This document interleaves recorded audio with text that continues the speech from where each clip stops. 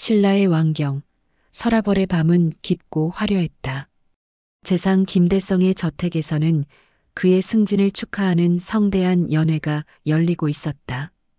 비단옷을 차려입은 귀족들은 금잔을 부딪히며 그의 공덕과 미래를 칭송했고 가야금에 청아한 선율이 흥을 돋우었다.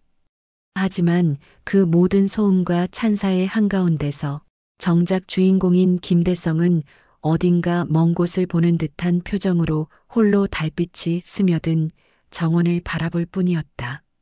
그의 손가락은 화려한 술잔 대신 자신도 모르게 찻잔의 둥근 태를 매만지고 있었다. 연회가 파하고 모두가 돌아간 깊은 밤. 김대성은 잠 못 이루고 어머니의 처소로 향했다. 촛불 아래에서 바느질하던 어머니는 아들을 보고는 따뜻한 미소를 지었다. 오늘 보니 우리 아들이 참으로 든든하더구나.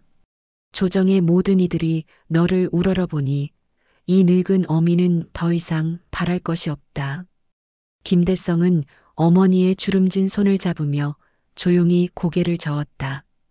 어머님, 이 아들이 누리는 모든 영화는 현생의 부모님 덕분입니다. 허나 아직 제게는 다하지 못한 소임이 남아 있습니다. 그게 무슨 말이냐? 재상의 자리까지 올랐는데 이보다 더한 소임이 어디 있단 말이냐? 김대성은 잠시 숨을 고른 뒤 오랜 세월 가슴에만 품어왔던 이야기를 꺼냈다. 어머님께서는 믿지 못하실지도 모르나 제게는 또 한 분의 부모님이 계십니다. 제가 전생에 모셨던 가난하고 마음씨 고왔던 어머니와 아버지가. 어머니의 눈이 흔들렸다. 김대성은 굳은 결의가 담긴 목소리로 말을 이었다. 이제 어머님과 아버님을 위해 이 땅에서 가장 아름다운 사찰, 불국사를 지을 것입니다. 그리고 제 전생의 부모님을 위해서는 저 토암산 정상에 오직 그분들만을 위한 고요하고 자비로운 부처님의 집, 석굴암을 짓고자 합니다. 어머니는 아들의 얼굴에 서린 깊은 진심과 결코 꺾이지 않을 의지를 보았다. 그것은 재상의 야망이 아닌 두 생애를 관통하는 한 아들의 무겁고도 성스러운 서원이었다. 창밖으로 훗날 석굴암이 자리할 토암산의 검은 능선이 달빛 아래 묵묵히 펼쳐져 있었다. 이른 아침 토암산 정상은 차가운 안개와 거친 바람으로 가득했다. 김대성은 신라 최고의 석공들과 장인들을 이끌고 정상의 너른 바위 위에 서 있었다. 그의 발 아래로는 수도, 서라벌의 정경이 아스라이 펼쳐져 있었다. 장인들 사이에서 신라 제1의 석공이라 불리는 아사달이 팔짱을 낀 채 의심스러운 눈빛으로 김대성을 바라보고 있었다. 김대성은 거대한 설계도를 펼쳐 보였다. 그것은 지금까지 신라에 없던 완전히 새로운 형태의 사원이었다. 이곳 토암산의 심장에 우리는 돌로 된 하늘을 만들 것이요. 인위적으로 쌓아 올린 탑이 아니라 바위를 깎고 다듬어 부처님의 세계를 이 땅에 구현할 것이란 말이요. 그의 목소리는 바람 소리를 뚫고 울려 퍼졌지만 장인들의 얼굴에는 감동이 아닌 당혹감이 서렸다. 마침내 아사달이 침묵을 깨고 나섰다. 재상어른, 흙으로 둥근 천장을 만드는 것은 가능하나 천근, 만근 나가는 이 화강암으로는 불가한 일입니다. 돌과 돌 사이를 잇는 순간 그 무게를 이기지 못하고 모두 무너져 내리고 말 것입니다. 다른 장인들도 웅성거리며 그의 말에 동조했다. 맞습니다. 이는 하늘에 집을 짓겠다는 것과 같은 허황된 꿈입니다. 아사달은 김대성을 똑바로 보며 말을 이었다. 저는 돌과 평생을 함께해 온 사람입니다. 돌의 길을 압니다. 어른께서 말씀하시는 것은 돌의 길을 거스르는 일입니다. 김대성은 아사달의 반박에도 흔들리지 않았다. 그는 아사달의 어깨에 손을 얹고 저 멀리 동해에서 떠오르는 아침 해를 가리켰다. 나 또한 돌의 길을 믿소. 허나 나는 돌의 무게가 아니라 돌과 돌이 서로를 기대는 힘을 더 믿소. 기술이 아니라 부처님을 향한 우리의 마음이 이 돌들을 버티게 할 것이요. 우리는 돌의 길 위에 마음의 길을 더해 새로운 길을 내는 것이요. 김대성의 눈은 확신으로 불타고 있었지만 아사달은 여전히 고개를 저었다. 그는 김대성의 얼굴과 발밑에 단단한 화강암 바위를 번갈아 볼 뿐이었다. 한 사람의 불가능한 꿈과 수십 년 경험을 가진 장인의 냉정한 현실이 토암산 정상의 차가운 공기 속에서 팽팽하게 맞서고 있었다. 서라벌의 대전, 신라의 모든 권력이 모이는 조정회의는 얼음장처럼 차가웠다. 김대성의 정적인 한 귀족이 왕 앞에 부복하며 목소리를 높였다. 전하, 지금 재상 김대성은 전생의 부모라는 허황된 망상으로 국고를 탕진하고 수만 명의 백성을 고된 부역으로 내몰려 하고 있사옵니다. 이는 재상의 본분을 망각한 채 개인의 명예와 허영심을 채우려는 기만 행위이옵니다. 부디 통촉하여 주시옵소서. 대전 안이 술렁였다.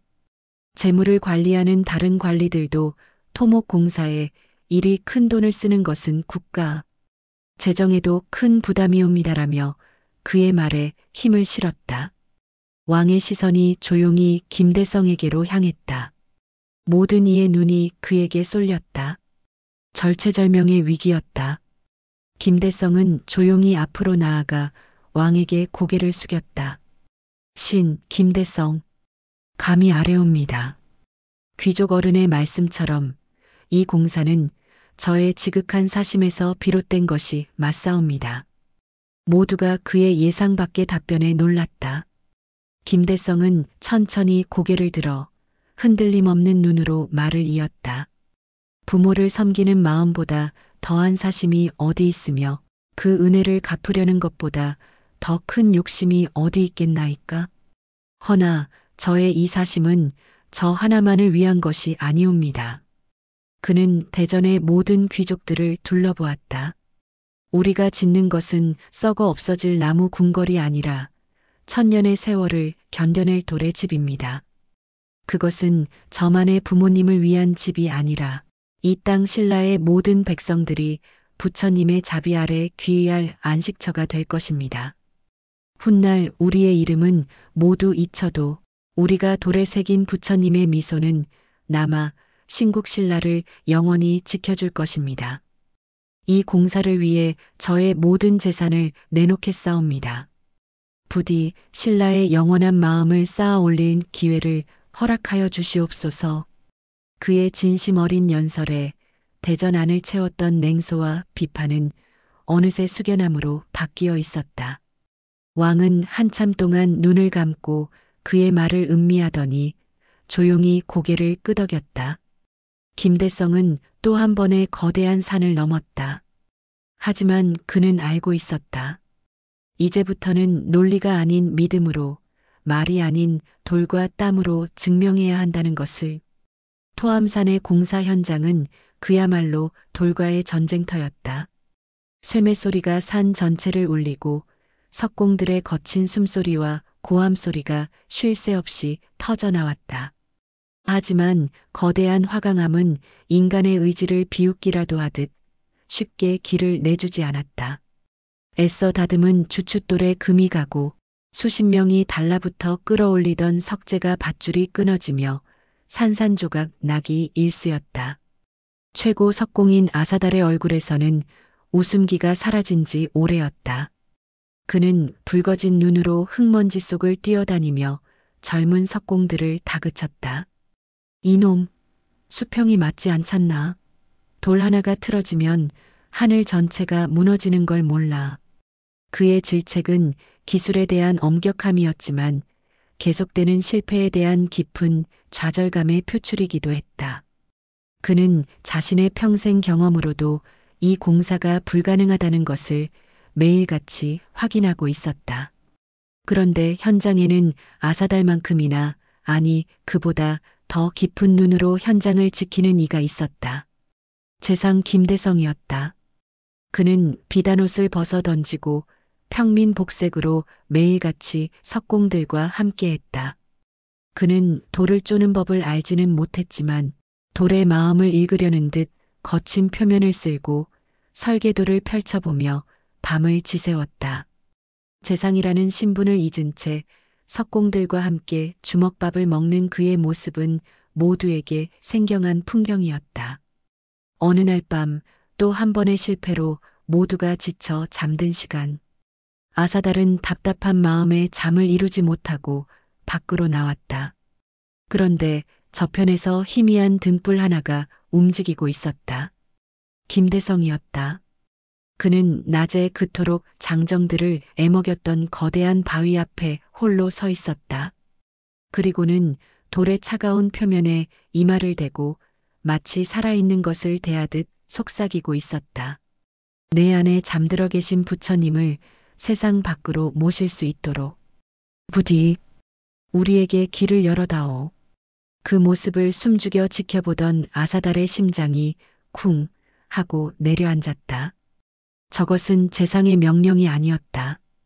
국력을 과시하려는 허영심도 아니었다. 한 인간이 돌을 향해 올리는 간절한 기도였다. 그 순간 아사달은 깨달았다.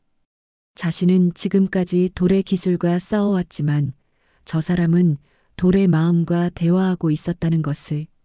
다음 날 새벽 아사달은 말없이 자신의 망치를 집어들었다.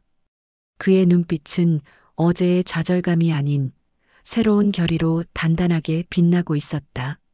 수년의 시간이 흘러 석굴의 모습은 점차 둥근 하늘을 닮아가고 있었다.